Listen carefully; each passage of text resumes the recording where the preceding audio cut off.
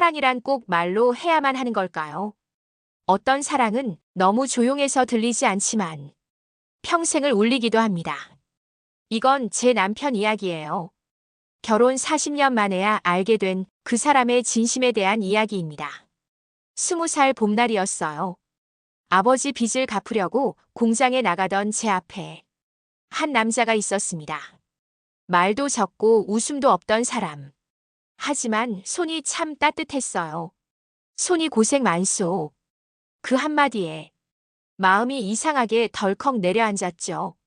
그게 시작이었습니다. 그리고 제 인생이 바뀌었습니다.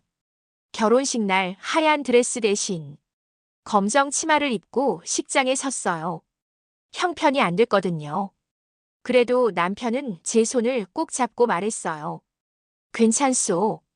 우리 천천히 행복해지면 되잖소. 그 말이 얼마나 든든했던지.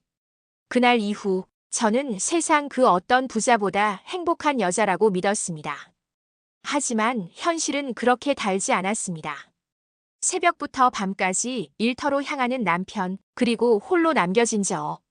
말 한마디 없는 저녁 식탁에서 전 자꾸만 눈물을 삼켰어요. 그때는 몰랐죠. 그 침묵이 사랑이었다는 걸. 결혼 20년이 넘었을 때쯤 아이들은 자라 학교에 다니고 저는 점점 외로워졌습니다. 남편은 여전히 말이 없었어요.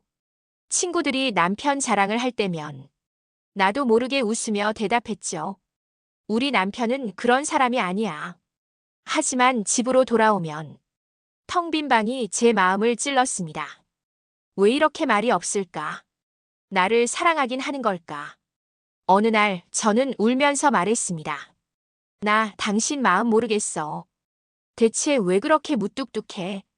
남편은 잠시 제 얼굴을 보더니 조용히 말했어요.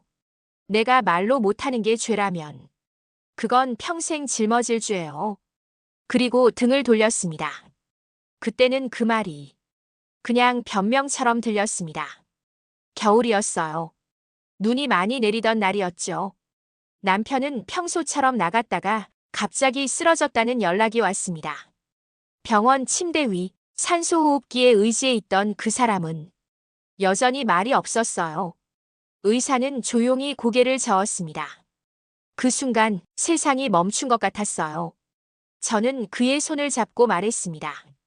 여보, 제발 한 번만 사랑한다 해줘요. 그러자 남편이 아주 힘겹게 눈을 떴습니다. 그리고 이렇게 말했어요. 미안하오. 그 말 너무 늦었지.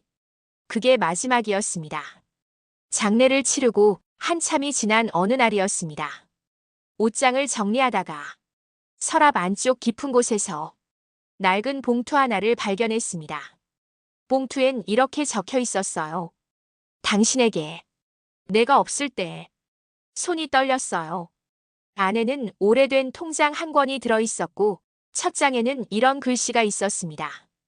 당신 노후 자금. 내가 조금씩 모읍니다. 매달 조금씩. 40년 동안 한 번도 빠짐없이 적혀 있었습니다. 5,000원, 1만 원, 3만 원. 그 숫자들이 제 눈물보다 더 많았어요. 통장 사이에 편지 한 장이 있었습니다. 당신은 늘 외롭다고 했지요. 나는 그 말이 가장 아팠소. 말로는 못했지만 마음으로는 늘 미안했소. 나 같은 사람 만나 고생만 시켜서 미안하오. 그래도 나는 당신 덕분에 행복했소. 그 문장을 읽는 순간 세상이 무너지는 듯 했습니다. 그토록 듣고 싶던 말. 단 한 번도 해주지 않던 그 말이 40년이 지나서야 종이 한 장에 남아 있었습니다. 그리고 그 편지 끝에는 이렇게 적혀 있었어요. 다음 생엔 꼭 먼저 말할게요. 사랑한다고. 그 후로 매년 남편이 떠난 그날이면 저는 그 통장을 꺼내봅니다. 숫자는 변하지 않았지만 제 마음은 그보다 더 차올랐어요. 통장 속엔 사랑이 있었어요. 그 사람의 손끝이, 그 사람의 마음이 여전히 따뜻하게 남아 있었습니다. 그걸 볼 때마다 아직도 그 사람의 숨결이 느껴졌습니다. 오늘도 저는 그 통장을 품에 안고 창가에 앉습니다. 햇살이 들어오면 꼭 그 사람 미소 같아요.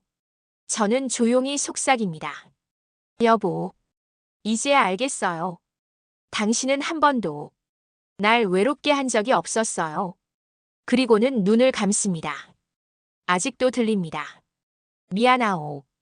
그 한마디가 여전히 제 마음에 머물러 있습니다. 사랑은 꼭 말로 하지 않아도 평생을 울리는 힘이 있습니다. 40년 만에 알게 된 그 사람의 마음. 그건 내 인생에서 가장 늦었지만 가장 깊은 사랑이었습니다.